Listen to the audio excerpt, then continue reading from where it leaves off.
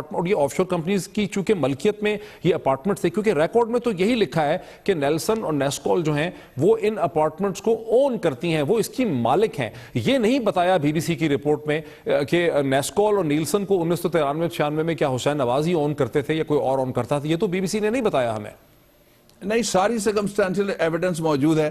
1993 میں جا کے وہاں رہتے تھے, قطریوں کے نام پہ ہوتا تو پہلے لینڈ ریکارڈ رجسٹری میں کوئی چینج تو آتی نا. دیکھیے پھر میں وہی اسی طرف آپ کو لے کے جاتا ہوں جو میں بات کر رہا تھا پہلے, کہ ڈائریکٹرشپ تو وہی ہے. پھر جو 93 میں تھی اوریجنل ان کمپنیز کی, تو وہ کون تھا؟ شریف فیملی. اونرز اس کے کون تھے؟ شریف فیملی. بینیفیشل اونرز کون تھے؟ شریف فیملی. آپ لگا لیجئے نا, بڑا تھا, چھوٹا تھا, بہن تھی, بھائی تھا, باپ تھا, دادا صاحب تھے, کوئی بھی تھا. تو صورتحال یہ ہے کہ جو اونرشپ اس کی 93 میں تھی, اس وقت اگر اس دلیل کو مان لیا جائے یہ ٹیکس چوری کرنا چاہتے تھے یا بچانا چاہتے تھے, وہاں چوری نہیں ہے, چلیے جی بچانا چاہتے تھے. اور میں آپ کو یہ بھی بتاؤں کہ پوری دنیا میں آف شور کمپنیز ہیں, اور ہر آف شور کمپنی میں آپ کو بتانا پڑتا ہے کہ آف شور کمپنی ملکیت کس کی ہے. آف شور صاحبہ تو نہیں لکھا جاتا نا, وہاں لکھا جائے گا, کسی کا نام لکھا جائے گا, صاحب کا, صاحبہ کا, اس لیے وہ نام وہی ہیں, اور اونرشپ ٹرانسفر کوئی نہیں ہوئی. جب کمپنی ہے تو وہ اس کمپنی کو آپ فرنٹ مین کے طور کے اوپر استعمال کرتے ہیں, آف شور کمپنی کو, لیکن اس کے پیچھے بندہ تو بیٹھا ہوتا ہے نا, جو جا کے پیسے جمع کراتا ہے, جو پیسوں کو ہینڈل کرتا ہے, وہ پیسوں کا سورس بتاتا ہے. آپ کا نہیں, آپ کی بات سے ایسے لگتا ہے کہ آف شور کمپنیز کے اونرز کون ہیں یہ معلوم ہو سکتی ہے, کون رہے ہوں گے 2006 سے پہلے, کیونکہ حسین نواز کہتے ہیں کہ میری کمپنیز ہیں, میں ان کو اون کرتا ہوں, لیکن 2006 کے بعد سے اون کرتا ہوں.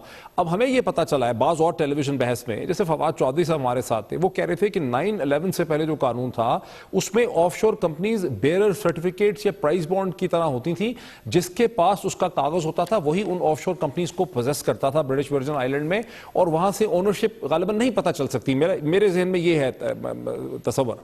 اچھا نہیں, دیکھیے مختلف جگہ کی, اب مجھے نہیں پتا کہ کس جگہ کی بات ہو رہی ہے. امریکہ میں آپ چلے جائیں, پیناما میں, بہاماس میں, دبئی میں آف شور کمپنیز ہیں. ابھی میں گیا ہوا تھا چھٹیاں گزارنے کے لیے, تو کوئی اس طرح کا قضیہ تھا کسی پاکستانی کا, وہ میرے پاس آیا, بڑا نامور پاکستانی ہے, میں نے ان کو مشورہ دیا. ہر جگہ مختلف قسم کے قوانین ہیں. اسی طرح سے اگر کوئی کمپنی بنی ہوئی ہے فار ایسٹ میں, تو اس کے بے شمار کمپنیاں, پاکستان کے پیسے وہاں بھی پڑے ہوئے ہیں, تو کمپنیاں بنی ہوئی ہیں, ان کے قوانین مختلف ہیں.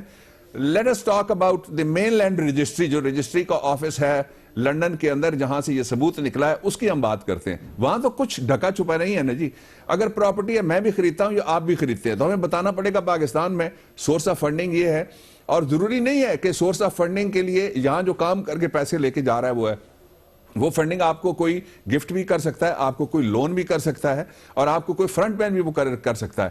جو all said and done, سارا کچھ کہنے کے باوجود اور سمجھنے کے باوجود, ایک بات کس نے ثابت کرنی ہے؟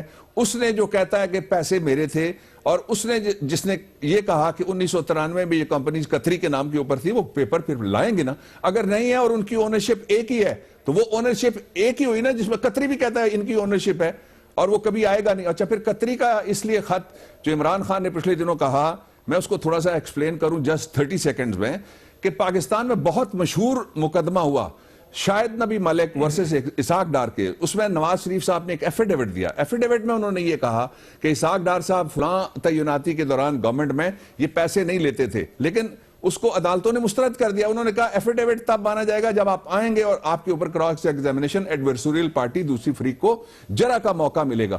تو یہ جدھر سے بھی یہ آئیں گے, ایکسپلین انہوں نے کرنا ہے کہ 93 میں کیا مسائل تھے جن کی وجہ سے یہ کمپنیاں خریدی گئیں. اس کو اپنے ناظرین کے لیے سم اپ کر لوں. آپ یہ کہہ رہے ہیں کہ اب چونکہ یہ ہے کہ 2006 میں ہم نے یہ آف شور کمپنیز خریدی ہوں گی, تو عدالت کو پھر یہ ڈیمانڈ کرنا پڑے گا, یہ بحث وہاں پہ اٹھے گی, برڈن آف پروف ہوگا, یا دوسرے وکلا نعیم بخاری وغیرہ یہ کہیں گے کہ یہ ثابت کریں کہ یہ آف شور کمپنیز 2006 سے پہلے آپ کے نام نہیں تھیں, کسی اور کے نام تھیں.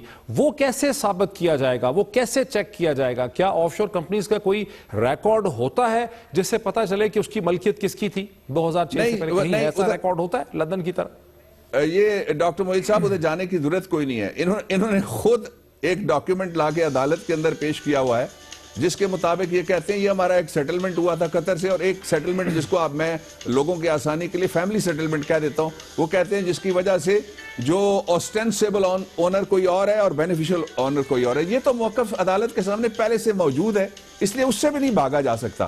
اب جتنے موقف بھی یہ اختیار کریں, ایک بات طے شدہ ہے کہ یہ پیسے تھے کسی بڑے کے, اور وہ بڑا شریف فیملی میں سے ایک ہی تھا, نواز شریف صاحب, یہ پیسے گئے، ان میں سے جائیدادیں خریدی گئیں 1993 کے اشرے میں، 90 کے اشرے میں، اقتدار سے وہ بات ان کی سینکرونائز کرتی ہے، اس سے نہیں بھاگا جا سکتا، جو مرضی کر لیں۔ نہیں بابر صاحب، میں آپ کو یاد کرواؤں گا کہ 1999 میں جو ایک کیس ہے جس میں توفیق گروپ ایک کیس ہے سعودی جس نے پیسہ دیا تھا الحدیبیہ کو، اس کا مقدمہ جب لگا، جب توفیق نے اپنا پیسہ واپس مانگا، جو $32 ملین کا کیس ہے، تو اس میں جو 3 لوگوں کے نام نوٹس ایشو ہوئے اور پراپرٹیز پلیج کی گئی، یہی 4 لندن کے فلیٹ ہیں، وہاں وزیر اعظم نواز شریف صاحب کا نام نہیں ہے، وہاں نام لکھا ہے بڑے میاں شریف صاحب مرحوم کا، عباس شریف مرحوم کا اور شہباز شریف صاحب کا نام لکھا ہے۔ اس سے ایسا لگتا ہے کہ شاید فیملی کی پراپرٹیز ہوں گی، فیملی نے پلیج کی ہوں گی، نواز شریف صاحب کی یہ نہیں ہے وہاں پہ نام۔ دیکھیں جو بارے ثبوت والا قضیہ ہے نا، جس مختلف جگہ کے اوپر جا کے مختلف چیزوں کے اوپر اس وقت جو حکمران خاندان ہے چھپنے کی کوشش کر رہا ہے، وہ تب ہوتا ہے جب کسی چیز سے انکار کیا جائے۔ آپ یہ پوچھیں قلم آپ کا ہے، میں کہوں جی ہاں جناب، یہ آپ کے قبضے میں، جی ہاں جناب، آپ اس کو استعمال کرتے ہیں، جی ہاں جناب، پھر میں آپ کو کہوں آپ ثابت کریں گے میرا کیسے، میں اس کو استعمال کیسے کرتا ہوں اور قبضے میں کیسے۔ یہ ایک مضحکہ خیز موقف ہے۔ اس کیس کے 3 حصے ہیں، ایک حصہ وہ جس پہ ہم بات کر چکے، دوسرا حصہ وہ ہے کہ یہ کیس قوم کے سامنے ایک سیاسی اخلاق کا بھی کیس ہے کہ ایک آدمی کے اوپر یہ الزام آ جاتا ہے۔ میں آپ کو ریسنٹ مثال دیتا ہوں، اس ہفتے کی مثال دیتا ہوں، سپریم کورٹ آف پاکستان کی میں مثال دیتا ہوں کہ اخباری اطلاعات میں سپریم کورٹ آف پاکستان نے ایک سو موٹو نوٹس لیا، ایک طیبہ بچی کے ساتھ میل ٹریٹمنٹ ہوا ایک جج کے گھر میں، اس جج کو ہٹا دیا گیا ہے، وہ جج انکوائری فیس کرے گا، وہ الزامات کا جواب دے گا اور اس جج کے بارے میں فیصلہ ہوگا۔ ہائر اتھارٹیز بیٹھ گئی ہیں، غور کرنا شروع کر دیا اسلام آباد ہائی کورٹ نے۔ تو یہ کیسا معاملہ ہے جس میں چھوٹی سی بات آئی تو 2 صوبائی وزیر اور 2 وفاقی وزیر تو یہ کہتے ہیں جی ہم نے ہٹا دیے، اور اندر کچھ نہیں تھا، نہ سیکیورٹی لیکس میں کچھ تھا، نہ مشاہد اللہ کی تقریر میں کچھ تھا، اور نہ جو 2 صوبائی وزیروں پہ الزام آیا پنجاب کے وہ کچھ تھا۔ لیکن نواز شریف صاحب نہیں ہٹ رہے۔ میں سمجھتا ہوں کہ سیاسی اخلاق اور عوام کے سامنے یہ مقدمہ بری طرح سے حکومت ہاری ہے۔ لیکن ڈاکٹر صاحب کورٹ تاریخ میں کس عدالت نے آج تک بادشاہ وقت کو، حکمران وقت کو ہٹایا ہے؟ کورٹ تو یہی لکھ سکتی ہے نا کہ تضاد ہے ان کی سٹیٹمنٹس میں، جو سپریم کورٹ میں انہوں نے کہا ہے، جو پہلے انہوں نے کہا ہے اس کو ثابت نہیں کر سکے، نیشنل اسمبلی میں جو کہا تھا، جو سپریم کورٹ میں کہا ہے، اس میں ایک کانٹرڈکشن کورٹ یہی لکھ سکتی ہے بلیک اینڈ وائٹ میں۔ کورٹ یہ تھوڑا کہہ سکتی ہے کہ ہم وزیر اعظم کو برخاست کرتے ہیں۔ کس عدالت نے کسی حکمران کو آج تک برخاست کیا؟ یس ایک ان پاپولر مثال ہے، وہ میں نہیں دے رہا، یوسف رضا گیلانی والی، کہیں گے جی تو انہیں عدالت ہو گئی تھی، تو یہی عدالت تھی نا، تو انہیں عدالت یہیں پہ ہوئی تھی، اسی عدالت نے اس کو ڈسلوج کیا۔ اس کو چھوڑ دیتے ہیں، میں تھوڑا سا اور بڑی مثال آپ کو دیتا ہوں۔ پاکستان کی عدالتی تاریخ میں صرف ایک دفعہ ایک آدمی کو کہا گیا کہ جاؤ تم وردی میں الیکشن لڑو، وہ آدمی الیکشن لڑا، وہ صدر پاکستان بنا، اس کے الیکٹورل کالج میں سے اس کو ووٹ ملے، میجورٹی اس نے لی، اس کے مقابلے میں امیدوار کھڑا کیا گیا۔ صدر بننے کے بعد اس آدمی نے دوسری، جس کو شہید بی بی صاحبہ نے کہا تھا ایمرجنسی پلس، وہ نافذ کر دی ملک میں۔ اس ایمرجنسی پلس کے حوالے سے ایک کیس آیا، اس کو کہتے ہیں سندھ ہائی کورٹ بار ایسوسی ایشن، رپورٹڈ کیس ہے۔ اس میں 3 جج نہیں بیٹھے تھے، اس میں 5 نہیں بیٹھے تھے، اس میں 7 نہیں بیٹھے، اس میں 17 ججز کا فل کورٹ بینچ تھا۔ اس مقدمے میں کبھی جو مدعا علیہ اس کو طلب نہیں کیا گیا، اس سے سوال نہیں پوچھا گیا۔ ایک کاغذ تھا، کاغذ کیا تھا جس کے ذریعے سے اس نے ملک میں ایک ایل ایف او اور ایمرجنسی لاگو کی تھی۔ ایل ایف او اور ایمرجنسی کیا تھا؟ کیا وہ اکیلا تھا؟ جنرل مشرف کی بات کر رہے ہیں آپ، 2007 ذرا ایک سیکنڈ، کیا وہ سارے ملک میں ایک ایئر فورس کا جہاز لے کے ایمرجنسی سپرے کرتا رہا؟ اس کے پاس اٹارنی جنرل کوئی نہیں تھا، لا منسٹر کوئی نہیں تھا، وزیر اعظم نہیں تھا، کابینہ نہیں تھی، چیف منسٹر نہیں تھے، سارے تھے۔ ایک آدمی نے جب الیکشن لڑنا چاہا تو الیکشن لڑنے کے لیے اس نے چترال کے علاقے سے جا کے ایم این اے کا، پھر ایم پی اے کا اس نے ٹکٹ اپنی پارٹی سے ہی کر کے وہ جیت گیا الیکشن، اور اس کو آر او نے لڑنے کی اجازت دی۔ اس کے بعد کہا گیا کہ چونکہ اس نے ایل ایف او لاگو کیا تھا، یہ صادق اور امین نہیں رہا، اور ساری زندگی کے لیے اس پہ پابندی لگا دی گئی۔ اگر قانون کے نفاذ کا سوال ہے، یہ مین پوائنٹ تھا، یہ قانونی نقطہ تھا جس میں مشرف کو الیکشن لڑنے سے روکا گیا، ڈسکوالیفائی کیا گیا، یہ قانونی نقطہ تھا۔ اور تھا ہی کچھ نہیں، اور کہاں؟ ابھی تک تو اس کے خلاف آرٹیکل 6 کا مقدمہ ہی نہیں چلا، اس وقت تو مقدمہ ہی کوئی نہیں تھا، اس وقت تو اس کے خلاف دوسرا کوئی کیس نہیں تھا۔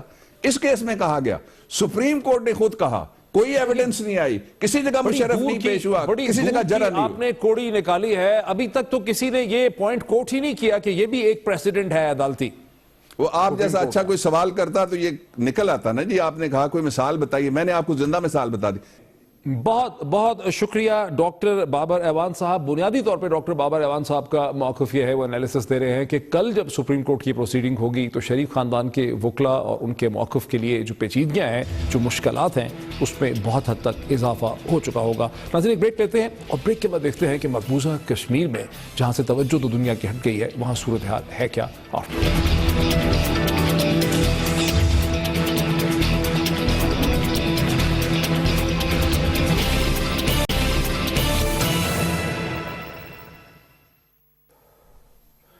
ناظرین ویلکم بیک. ناظرین دنیا نیوز کے اس پروگرام میں, اس پلیٹ فارم سے میں نے ہمیشہ یہ مینٹین کیا, میں نے ہمیشہ یہ کہا کہ اڑی میں دہشت گردی کا جو حملہ ہوا تھا ہندوستان کی افواج کی پوسٹ کے اوپر, کیمپ پہ, اس کا بنیادی مقصد ہی یہی تھا. وہ ایک فالس فلیگ آپریشن تھا جس کا بنیادی مقصد یہ تھا کہ مقبوضہ کشمیر میں جو سیاسی صورتحال ہے, جو انسانی حقوق کی صورتحال ہے, جو جبر و استبداد کی صورتحال ہے, اس سے دنیا کی, ہندوستان کے میڈیا کی, پاکستان کے میڈیا کی, دنیا کی حکومتوں کی توجہ ہٹائی جائے. لیکن کشمیر میں صورتحال بدستور کشیدہ ہے. ہر جمعے کو سری نگر میں اور اس کے علاقوں کے جو گرد و نواح کے علاقے ہیں وہاں پہ کرفیو لگتا ہے. اس ہفتے کتھوا ڈسٹرکٹ جو ہے وہاں پہ RSS کے گینگز ہیں مسلمانوں پہ یہ کہہ کے حملہ کیا کہ انہوں نے یہاں پہ مقدس گائے کو ذبح کیا ہے. گزشتہ ہفتے ایک تبدیلی آئی ہے. تبدیلی یہ ہے کہ ہندوستان کے سابقہ فورن منسٹر یشونت سنہا جو BJP کے سینئر لیڈر ہیں, ان کی لیڈرشپ میں ایک ٹیم جو ہے اس نے اپنی ایک رپورٹ سبمٹ کی ہے جو ہندوستان کے اخبارات میں چھپی ہے, جسے یشونت سنہا لیڈ رپورٹ کہا جاتا ہے. اس رپورٹ میں یہ کہا گیا ہے کئی ہفتوں کی ریسرچ کے بعد کہ کشمیری نوجوان جو ہیں وہ ہندوستان کے خوف سے اور موت کے خوف سے بے نیاز ہو چکے ہیں. اور کشمیری مسلمان یہ سمجھتے ہیں کہ کشمیر کی جو سیاسی جماعتیں ہیں, جیسے عمر عبداللہ کی جماعت ہے, نیشنل کانفرنس ہے, وہاں پہ PDP ہے محبوبہ مفتی کی, ان کے پاس کشمیر کے مسئلے کا کوئی حل نہیں ہے. اور کشمیر کا مسئلہ ایک خالصتاً سیاسی مسئلہ ہے جس کے 3 فریق ہیں, ہندوستان, پاکستان اور کشمیری مسلمان. اور ہندوستان دنیا کے سامنے اور ہندوستان کے عوام اور میڈیا کے سامنے اسے ایک نیشنل سیکیورٹی یا ایک لا اینڈ آرڈر پرابلم کے طور پہ پیش کرتا ہے, اور ضرورت یہ ہے کہ اس کا سیاسی حل جو ہے اسے کمپریہنسو طریقے سے ڈھونڈا جائے. صورتحال کیا ہے اس وقت, ایشوز کیا ہیں, اس پہ بات کرنے کے لیے مجھے اسٹوڈیوز میں جوائن کر رہی ہیں مشال ملک صاحبہ جو چیئرپرسن ہیں پیس اینڈ کلچر آرگنائزیشن کی, اور کشمیری رہنما یاسین ملک کی اہلیہ بھی ہیں. جی مشال, اس وقت مین ایشوز کیا ہیں؟ جی اس وقت تو سب سے جو مین ایشوز چل رہے ہیں, جو پہلے بھی چل رہے تھے لاسٹ ایئر بھی, آپ کو پتہ ہی ہے, کیونکہ جو اس وقت کرنٹ گورنمنٹ آئی ہوئی ہے اس کا ایجنڈا ہے ڈیموگرافی کے, وہاں پہ چینجز لانا. محبوبہ مفتی کی BJP کی جو حکومت ہے, اور ان کا وہاں پہ کولیجن بھی ہے محبوبہ مفتی کے ساتھ. اور آپ کو پتہ ہی ہے جو سینٹر کی پالیسی ہوتی ہے وہی وہاں پہ جموں کشمیر کے اندر. ڈیموگرافک چینج کرنے سے کیا مطلب؟ بیسکلی اس کا مقصد یہی ہے کہ وہاں جو میجورٹی مسلمز ہیں کشمیری جو رہتے ہیں ان کا ریشو چینج کر کے وہاں پہ ہندوؤں کو سینک کالونیز کا بھی اس وقت جھگڑا چل رہا ہے, پھر سپریم کورٹ کا ایک ڈیسیژن بھی آیا ہے, اس کے درمیان میں یہ رپورٹ آئی ہے. بالکل, یہ جو سینک کالونیز کی بات جو ہے یا انڈسٹریل پالیسی جو ہے کہ ہندوستان کے انڈسٹریلسٹ کو وہاں پہ لینڈ لاٹ کی جائے اور وہ بزنسز کریں مقبوضہ کشمیر کے اندر. پھر اس کے بعد ویلفیئر پالیسی ہے, جو بیگر کمیونٹی ہے ہندوستان کی ان کو سیٹل کیا جائے, جس میں ڈیلٹس ہیں اور بھی اتنی وہاں پہ غریبی ہے ہندوستان میں. مگر کیا ضرورت ہے کہ ان کو یہاں پہ لائیں, کیونکہ لیگلی ان کا رائٹ بنتا ہی نہیں ہے, کیونکہ اتنی اسمال سی وہ علاقہ ہے اور وہاں پہ گرین لینڈ ہے, وہاں پہ اس کی فارسٹری کو سارا چینج کر دینا ان کے ریسورسز کو. اور یہ جو سپریم کورٹ کی آپ نے ہیئرنگ کی بات کی ہے, یہ بھی it's part of that larger plan. جو پالیسی ایک ایکٹ آیا ہے سرفریسا اس کا نام ہے, اور اس کے اندر سیکورٹائزیشن کا نام دیا ہے, ایک بڑا ہی کنفیوز قسم کا اس کا ایک نام ہے کہ فائنانس ایسٹ پالیسی آ رہی ہے, ایکٹ آ رہا ہے کہ وہ جتنی بھی ضبط کرنا چاہیں جموں کشمیر کی پراپرٹی کر سکتا ہے ہندوستان. حالانکہ لیگلی آرٹیکل 370 ہے اور 35A جو ہے کہ کسی صورت بھی نہ وہاں کی زمین لے سکتا ہے ہندوستان, نہ وہاں کی ووٹر رائٹس, نہ ریزیڈنسی سرٹیفکیٹس ایشو کر سکتا. اور جو سینک کالونیز ہیں جس میں کہتے ہیں کہ ہم ایک سیکیور ایریاز کریٹ کریں گے پنڈتس کو واپس لا کے آباد کرنے کے لیے, that is just an excuse. پنڈتس are only 1 to 2%, مگر ہزاروں کنال جو لینڈ وہاں پہ ان کے لیے الاٹ کی گئی ہے, اور ان کو بالکل ہی گارڈڈ کمیونٹی میں وہاں بہت بڑے بڑے اپارٹمنٹس بن رہے ہیں. تو اس پہ محبوبہ مفتی کی حکومت انڈین آرمی پرسنلز کی فیملی وہاں پہ سیٹل ہونے لگ گئی ہیں, وہاں پہ وہ آ رہی ہیں, وہ دیکھتی ہیں, سروے کر رہی ہیں اور کنسٹرکٹ وہ ہو گئی ہیں. ابھی ہاؤسنگ وہاں پہ ابھی سٹارٹ نہیں ہوئی ہے. یعنی سینک کالونیز تمام اس وائلنس کے, اس تمام تشدد کے جو تمام پروٹیسٹ ہوئے ہیں, اس کے باوجود سینک کالونیز جو ہیں ان کا عمل نہیں رکا. ان کا عمل بالکل رک ہی نہیں رہا. اور آپ دیکھ رہے ہیں کہ برہان وانی کی شہادت کا مین ریزن, وہ جتنی بھی اس کی ویڈیوز آتی تھیں اس زمانے میں جولائی 8 سے پہلے, اگر آپ دیکھ لیں لاسٹ ویڈیو بھی, ہی سیڈ کہ ہم ڈیموگرافی کو بالکل بھی ٹالریٹ نہیں کرے گا کوئی بھی کشمیری. امرناتھ یاترا کے لیے لاکھوں آئے, ہندو آئے یہاں پہ, ہمارے گیسٹ بنے, ہم کسی کو اٹیک نہیں کریں گے. برہان وانی کا جو مین یعنی ریزسٹنس کا کاز تھا وہ یہ تھا کہ یہاں پر جو ہندوستان ایک نو آبادیوں کے طور پہ, کالونیز کے طور پہ یہ سینک کالونیز بنائی جا رہی ہیں جہاں پہ one of the major reasons جو لاسٹ ویڈیو اس کے خلاف وہ پروٹیسٹ کے خلاف تو بہت اسٹرانگلی کہا تھا کہ ہم اس پہ یہ برداشت کوئی کشمیری نہیں کرے گا, ہم بھی نہیں کریں گے, ہندوستان باز آ جائے. یہ جو ایشوز ہیں اس پہ حکومت پاکستان کا, پاکستان کی سیاسی جماعتوں کا, پاکستان کے فورن آفس کا, آپ کو لگتا ہے کہ کوئی پوزیشن آپ کے سامنے آتی نظر؟ اس پہ سٹیٹمنٹس آتی ہیں مگر اس کے اوپر ایک پراپر ایک میکنزم ہونا چاہیے جو کہ پوری دنیا کے اندر ایونٹس کرے, شور مچائے, اور ایک پراپر ایک فل فلیج اسٹیٹ کا ایک تھنک ٹینک ہونا چاہیے پاکستان کے اندر, جو دن رات جس کا کام ہی ہو کہ کشمیر کاز کے اوپر ہائی لائٹ کرے اس کو. دس از این انٹرنیشنل پرابلم جس کو انٹرنیشنل سپورٹ چاہیے, انٹرنیشنل گارنٹرز چاہیے, P5 کنٹریز کو اس کے اندر لانا ہے. اس کے لیے بہت زیادہ چاہیے ریسورسز اور مطلب برینز چاہیے جو کہ پاکستان کے اندر ہیں, آزاد کشمیر میں, باہر کا جو ڈائسپورا ہے اس کو اس کے اندر ڈالا جائے, انوالو کیا جائے, تاکہ ہم یہ ڈائریکٹ اٹیک ہے UN ریزولوشنز پہ. اور جو پرائم منسٹر نواز شریف نے کچھ ایلچی بھیجے تھے دنیا بھر میں, پہلے نمائندے بھیجے تھے آپ سے چند ہفتے چند مہینے پہلے, آپ سمجھتی ہیں اس کا کوئی فائدہ ہوا؟ یہ فائدہ وہ ہی بتا سکتے ہیں کہ کیا فائدہ ہوا ہے اس کے بارے میں. ایک دو ہی گنے چنے لوگ ہیں جو جن کا کوئی ریسرچ ہے یا جنہوں نے کچھ اچھا امپیکٹ تھا. ادروائز اس کے جیسے مشاہد حسین امریکہ گئے تھے, ان کا ایک اچھا تھا, but that is very limited. جب آپ کے پاس یہاں پہ اتنے زیادہ کشمیری بیٹھے ہوئے ہیں جو IOK کے ہیں, Indian occupy Jammu and Kashmir کے بھی ہیں, اور یہاں پہ بھی اتنے اسکالرز ہیں آزاد کشمیر کے پاکستان کے اندر, جب تک آپ ایکسپرٹس کی فیسلٹی نہیں لیں گے, ان کے ان کی پوٹینشیل کو نہیں یوز کیا جائے گا. یہ جو یشونت سنہا لیڈ رپورٹ ہے جس کو ہندوستان کے اخبارات نے ڈسکس کیا, یہاں پر بھی آواز چھپی ہے, اس قسم کی رپورٹ سے آپ سمجھتی ہیں کوئی فرق پڑ رہا ہے؟ یہ ان کی جو رپورٹ ہے اس کے اندر وجاہت حبیب اللہ بھی ہیں جو کہ پچھلی سونیا گاندھی کی حکومت میں بھی تھے. اس میں بہت سے لوگ انہوں نے ڈالے ہیں. یہ 2010 کی بات ہے, جب بہت مئی جون کی بات ہے, جب وہاں بہت زیادہ اپرائزنگ تھی, میں بھی وہیں پہ تھی. تو اس وقت بھی یہ جو کنسیلیشن ریسورسز انہی کے ساتھ یہ مل کے یہ ساری ایک ٹیم آئی بھی تھی وہاں پہ سری نگر کے اندر. Yasin was arrested, they met me and they said کہ ہم کیا کریں, اتنا انریسٹ آ گیا, ہم اس کو کیسے کنٹرول کریں. تو میں نے ان کو تب کہا, میری مدر بھی میرے ساتھ تھی, تو میں نے کہا آپ لوگ تو لوگوں کو بچر کر رہے ہیں, تو آپ کو سب سے پہلے انڈیا کے پولیٹیشینز کو یہاں پہ آ کے معافی مانگنی پڑے گی کشمیریوں سے, اگر آپ لوگ جینوئنلی آپ شیم فیل کر رہے ہیں یہ جو ٹارچر چل رہا ہے. تو آفٹر 30 ایئرز جو راجیو گاندھی نے ایک دفعہ ڈیلیگیشن بھیجی تھی آل پارٹیز, اس کے بعد 2010 میں ان کی آئی. مگر افسوس کہ وہ ایک ٹوپی ڈرامہ تھا. وہ آئے, انہوں نے لائیو کوریج کی کہ ہم سب حریت لیڈرشپ کو منانے کے لیے آ رہے ہیں, مگر ان کی انٹینشنز ٹھیک نہیں تھی. اور کاؤنٹلیس پروبز ہوئے, جوڈیشل پولیٹیکل کمیشنز انہوں نے بنائی, مگر یہ اس طرح کی یہ چیزیں کرتے ہیں جو کہ فائر فائٹر کا ایک کام ہے. پریکٹیکلی ایسا کچھ ہو رہا ہے کہ وہاں پہ انہوں نے وہاں پہ lethal weapons, non lethal weapons بند کیے ہیں, پیلٹس ہیں, پاور شیلز ہیں, فاسفورس شیلز ہیں, شوٹر گنز ہیں, کسی چیز میں انہوں نے کوئی ریڈکشن کی ہے. پولیٹیکل ایکٹیویٹیز جو وہاں پہ ہونی چاہیے, وہاں پہ پیسفل ہوتی ہیں ساری کی ساری, ان کو سٹاپ کیا جاتا ہے. یہاں تک کہ یاسین صاحب کو 2 دن پہلے -ڈگری ٹیمپریچر میں راتوں کو چھپنا پڑتا ہے ہائیڈنگ میں, کہ انہوں نے کسی جگہ پہ ایک اپنی ڈیموکریٹک پولیٹیکل پروٹیسٹ کرنی ہے. حالانکہ جموں میں جو آپ نے بھی بات کی ہے, کتھوا کے علاقے کے اندر, وہاں پہ جلا دیے ان کے گھر, کوئی ریزن نہیں ہوتا. وہاں کے جو جموں کے اندر جو ریڈیکل انہوں نے اسٹیٹ سپانسرڈ RSS کے علاوہ کمیونل جو وہاں پہ آرگنائزیشنز ہیں جو ریڈیکل ہندوز ہیں, ان کو فری ہینڈ ہے, وہ وہاں پہ ڈنڈے سوٹے لے کے اور وہ وہاں پہ ڈیگرز لے کے اوپنلی اپنی پولیٹیکل ریلیز نکال رہے ہوتے ہیں. ان کے اوپر اسٹیٹ کا کوئی سٹاپ نہیں ہوتا جموں کے اندر.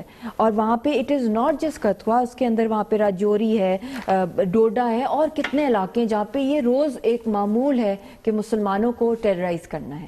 تو یہ کشمیر کے اندر ان کی ڈبل سٹینڈرڈ, یہ رپورٹ بھی جو ان کی آئی ہے ہم دیکھیں گے کہ یہ رپورٹ تک ہی رہے گی جس طرح ہزاروں اور ان کی رپورٹس آئی ہیں. اپولوجیٹک جو ان کا ایک ڈرامہ ہوتا ہے لوگوں کے سامنے, کیونکہ کور اپ کرنا ہوتا ہے لوگوں کے سامنے بھی, اتنا بلڈ شیڈ, اتنے لوگ بلائنڈ, تو اس کا کوئی رزلٹ بھی نکلے گا. بہت شکریہ. مشال ملک صاحبہ کشمیری رہنما ہیں, یاسین ملک صاحب کی اہلیہ ہیں, ہمیں بتا رہی تھیں. ناظرین, ہم نے ہمیشہ یہ کہا کہ اڑی کا بنیادی جو دہشت گردی کا مقصد تھا, اس کا مقصد یہی تھا کہ کشمیر کے اندر جو انسانی حقوق کی صورتحال ہے, جو سیاسی صورتحال ہے, جو وہاں پہ ایک پریشر کوکر ہے, اس سے ہندوستان کے میڈیا کی, پاکستان کے میڈیا کی اور دنیا بھر کے میڈیا اور حکومتوں کی توجہ ہٹائی جائے. اور وہی پروسیس آپ دیکھ رہے ہیں. کشمیر میں بدستور صورتحال کشیدہ ہے, لیکن اب کوئی دنیا میں اس کی طرف دیکھ نہیں رہا. ایک بریک لیتے ہیں اور بریک کے بعد دیکھتے ہیں کہ امریکہ کے نئے صدر ڈونلڈ ٹرمپ کو کس قسم کی مشکلات اس وقت دوچار ہیں, اور دنیا بھر میں ایک نئی ڈیبیٹ کیا شروع ہو چکی ہے. After the break.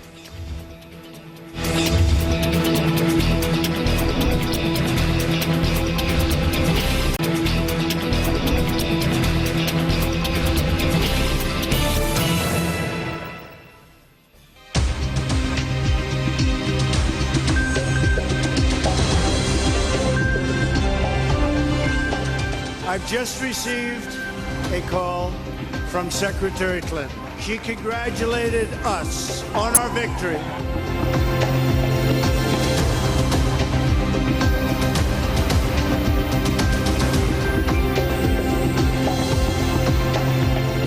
It was the consensus of all the intelligence agencies and law enforcement that organizations affiliated with Russian intelligence were responsible for the hacking of the DNC.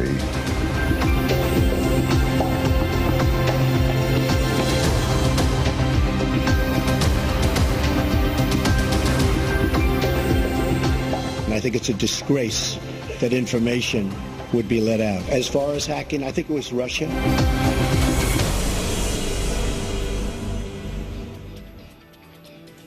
ناظرین, ویلکم بیک. جیسا کہ اس programme کے شروع میں نے کہا کہ امریکہ کے نو منتخب صدر ڈونلڈ ٹرمپ, جنہوں نے 5 دنوں میں اقتدار سنبھال کے وائٹ ہاؤس میں شفٹ ہونا ہے, ان کے خلاف امریکہ میں اور پوری مغربی دنیا میں اتنا بڑا ایک محاذ کھڑا ہو گیا, اتنی محاذ آرائی ہو رہی ہے کہ گزشتہ 200 برس سے زیادہ کی سیاسی تاریخ میں امریکہ کے کسی نو منتخب صدر کو اتنی بری طرح سے ٹریٹ نہیں کیا گیا, اس طرح کی ریسیپشن نہیں دی گئی ہے. ایک ایک کر کے میں صورتحال اگر آپ کو بتاؤں, پہلی تو یہ ہے کہ پوری دنیا کی حکومتوں نے, اداروں نے, مغربی دنیا کے اداروں نے اور ذرائع ابلاغ نے اس بات کو ایک مسلمہ حقیقت کے طور پہ تسلیم کر لیا ہے کہ رشین انٹیلیجنس نے پریزیڈنٹ پیوٹن کے کہنے میں امریکہ کے انتخابات میں ہیکنگ کی, لیکس کیے, جس کے نتیجے میں سیکرٹری کلنٹن کو ہرایا گیا اور ڈونلڈ ٹرمپ جو ہیں انہیں کامیاب کیا گیا. It was the consensus of all the intelligence agencies and law enforcement that organizations affiliated with Russian intelligence were responsible for the hacking of the DNC. ناظرین, پہلے تو ڈونلڈ ٹرمپ بہت چیخے پکارے, بہت انہوں نے ڈینائی کیا کہ ایسی ہیکنگ نہیں ہوئی ہوگی, نہ کہ رشینز نے الیکشن میں ہیکنگ کی ہوگی. As far as hacking, I think it was Russia, but I think we also get hacked by other countries and other people.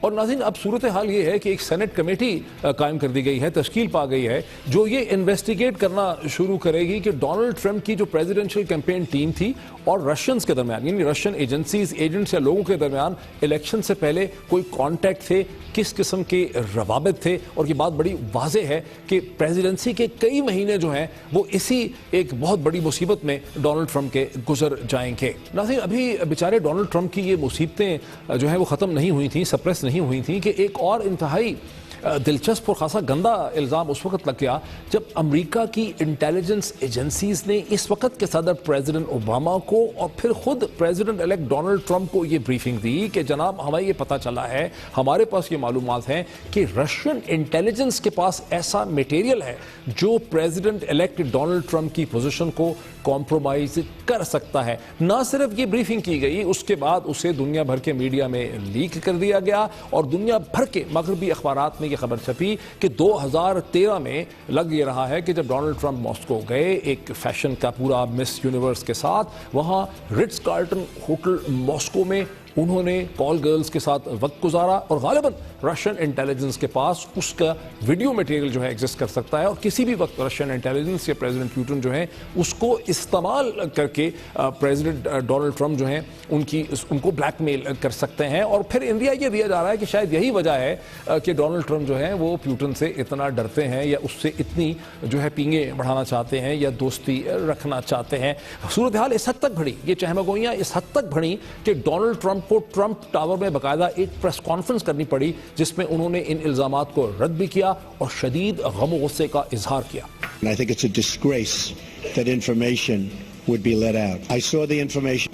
It's all fake news, and it was gotten by opponents of ours, sick people. ناظرین، امریکہ کی طاقتور intelligence community یعنی CIA کے ساتھ تو Donald Trump کے تعلقات گزشتہ چند ہفتوں سے خراب چلے آ ہی رہے تھے، دونوں الزام لگا رہے تھے، لیکن اب اسے کھینچا تانی میں یہ جو نیا ڈوسیور آن ٹرمپ ہے، جو رشین ڈوسیور آن ٹرمپ ہے، اس کے بعد تو امریکہ کے طاقتور الیکٹرانک میڈیا سے، پرنٹ میڈیا سے بھی ڈونلڈ ٹرمپ کے تعلقات میں بہت ہی کشیدگی پائی جاتی ہے۔ I'm not going to give you a question. Can you state categorically? You are fake news. Sir, go ahead. Can you state categorically that nobody... No, Mr. President-elect, that's not appropriate. ناظرین، اب یہ ساری مصیبتیں یعنی Russian hacking کا الزامات، Russian dossier جو ہے کہ آپ کے خلاف مواد ہے، میڈیا سے جھگڑا، انٹیلیجنس سے جھگڑا، یہ ساری مصیبتیں کوئی تھوڑی نہیں تھیں کہ پریزیڈنٹ اوباما نے پولینڈ میں اور بالٹک سٹیٹس میں امریکی افواج کو اتارنا شروع کر دیا ہے، جہاں بتایا جا رہا ہے کہ امریکی افواج و فورسز جو ہیں اب بہت دیر تک رشین بارڈرز پہ تعینات رہیں گی، جس پہ صدر پیوٹن نے اور رشیا نے بہت ہی شدید جو ہے وہ پروٹیسٹ کیا ہے۔ یہ بات بڑی واضح ہے کہ امریکہ کی اسٹیبلشمنٹ جو ہے وہ ڈونلڈ ٹرمپ کے ہاتھ باندھ رہی ہے فورن پالیسی میں، نیشنل سیکیورٹی میں۔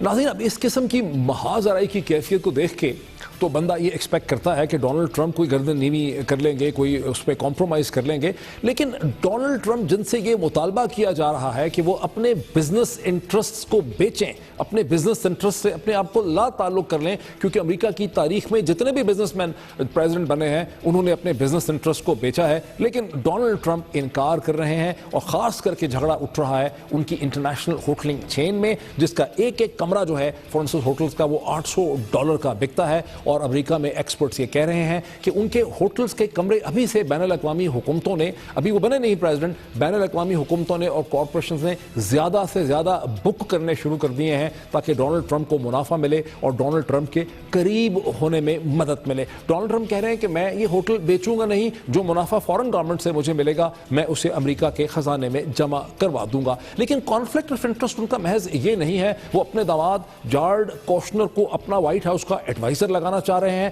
جو امریکہ کے اینٹی نیپوٹزم 60 کی دہائی کے بنے ہوئے قوانین کی صریحاً کھلم کھلا خلاف ورزی ہے۔ اس کے علاوہ امریکہ کی سول سوسائٹی اور سیاسی حلقوں کو شدید اعتراض ہے کہ ان کی ہر دل عزیز صاحبزادی ایوانکا ٹرمپ جو خود بڑی کامیاب بزنس مین ہیں، وہ بھی ڈونلڈ ٹرمپ کی جو ہے ایک انڈکلیئرڈ ایڈوائزر ہیں، اور اگر وہ بھی وائٹ ہاؤس میں نظر آئیں گی تو یہ بھی ایک بہت بڑی جو ہے جھگڑے والی بات ہے۔ اسے مد نظر رکھتے ہوئے اب لوگوں نے یہ لکھنا شروع کر دیا، یہ پرنٹ پہ آ گیا ہے کہ کہیں ڈونلڈ ٹرمپ کا انجام امپیچمنٹ نہ ہو۔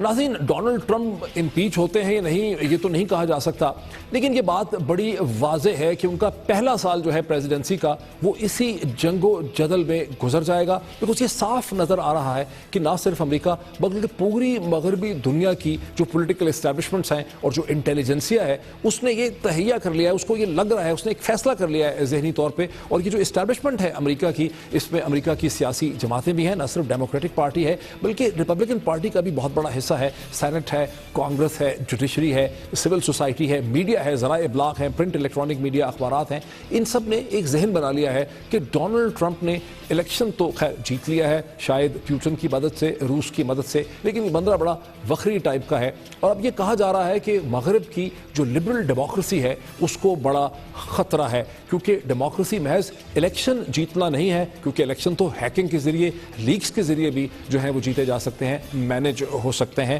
ڈیموکریسی جو ہے وہ اقدار کا نام ہے. یہ بڑی بحث, بہت دلچسپ بحث ہے جو اس وقت یورپ سے لے کے امریکہ کے درمیان ہو رہی ہے, خاص کر کے پاکستان جیسے ملکوں کے لیے جہاں خیر ہیکنگ یا انٹیلیجنس لیکس تو بہت ہی معمولی باتیں ہیں. یہاں تو پوری بیوروکریسی اور پورے ادارے جو ہیں وہ استعمال ہوتے ہیں الیکشن مینج کرنے کے لیے. یہ بہت ضروری ہے کہ اس بحث کو جو اس وقت مغرب میں ہو رہی ہے, اسے پاکستان کے ذرائع ابلاغ, یہاں کے تھنک ٹینکس, یہاں کی سیاسی جماعتیں جو ہیں بہت غور سے دیکھیں. بڑی امپورٹنٹ بحث ہے جو دنیا کی کانشسنس کو شیپ کر رہی ہے. آج اتنا ہی, اگلے ہفتے پھر آپ سے ملاقات ہوگی. بہت شکریہ.